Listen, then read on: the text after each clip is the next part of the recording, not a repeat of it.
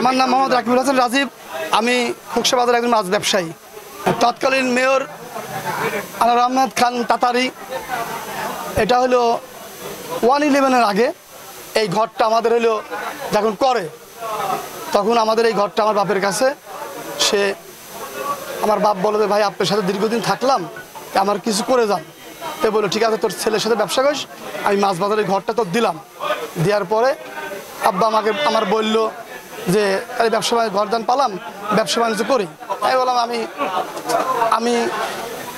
আমি বললাম যে খেলাধুলা করি, তুমি কিছুদিনের ভাড়া দিয়ে রাখো, তারপরে খেলাধুলা যখন ছাড়িয়ে দিই তখন আমি দোকানে ব্যবসা বাণিজ্য করবো না।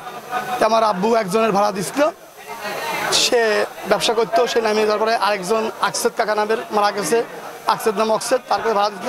সে নামিয়ে যাওয়ার পরে রুনু কাকা বলে যে আজকাল ভাই ঘরটা আবার ভাড়া দেন, আমি চালাই, আপনার মাসে কিছু ভাড়া দেবো না, আমি চালাই। আব্বা মুখের তাতা এখানে কাছে তাতে এখানে আমি একটা টাকা না না একটা আমি স্ট্যাম্পের মাধ্যমে আমাকে দেয়, তার স্ট্যাম্প স্ট্যাম্প আমি হোয়াটসঅ্যাপে রাখছি, স্ট্যাম্পের আছে, স্ট্যাম্পটা আছে। এই মাছ বাজার দোকানটা আমাকে সে বরাদ্দ দিছিল তৎকালীন মেয়র। তারপরে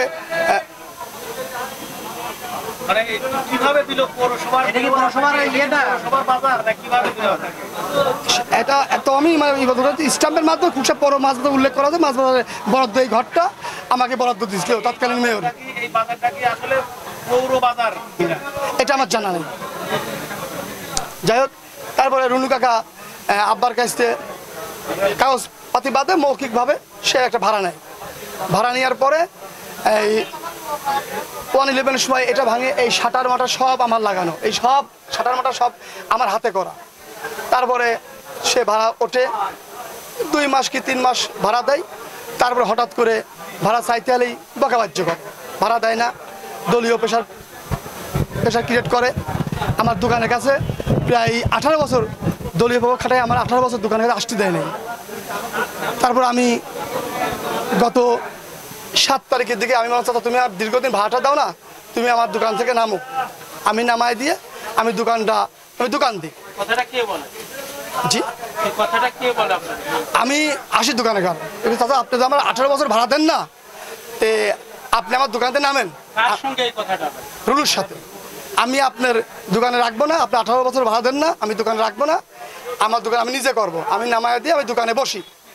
তারপরে উনি অনেকের ধরার পরে বীর মুক্তিযোদ্ধা আলাউদ্দিন খান, কুষ্টিয়া জেলা বিএনপির সহসভাপতি, সে আমার ডাকে।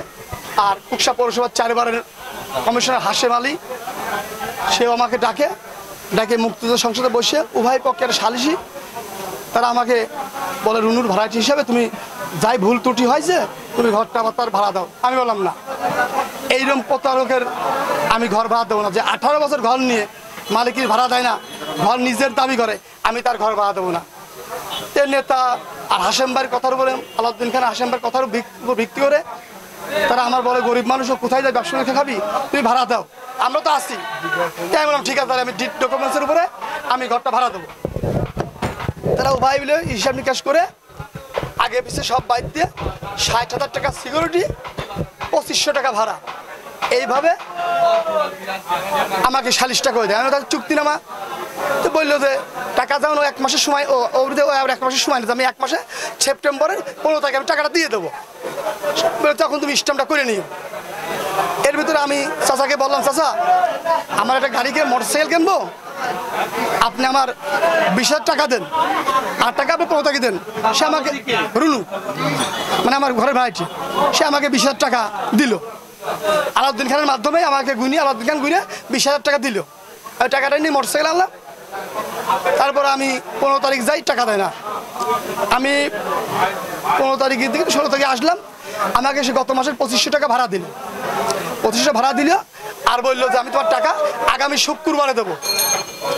আমি যথাসময় শুক্রবারে আমি তার ফোন দিয়েছি, ফোন ধরি নাই। শনিবার দিন আমি আইসি, বললাম চাচা আমার সিকিউরিটি 40,000 টাকা, টাকাটা দেন আর স্ট্যাম্পে সই করেন।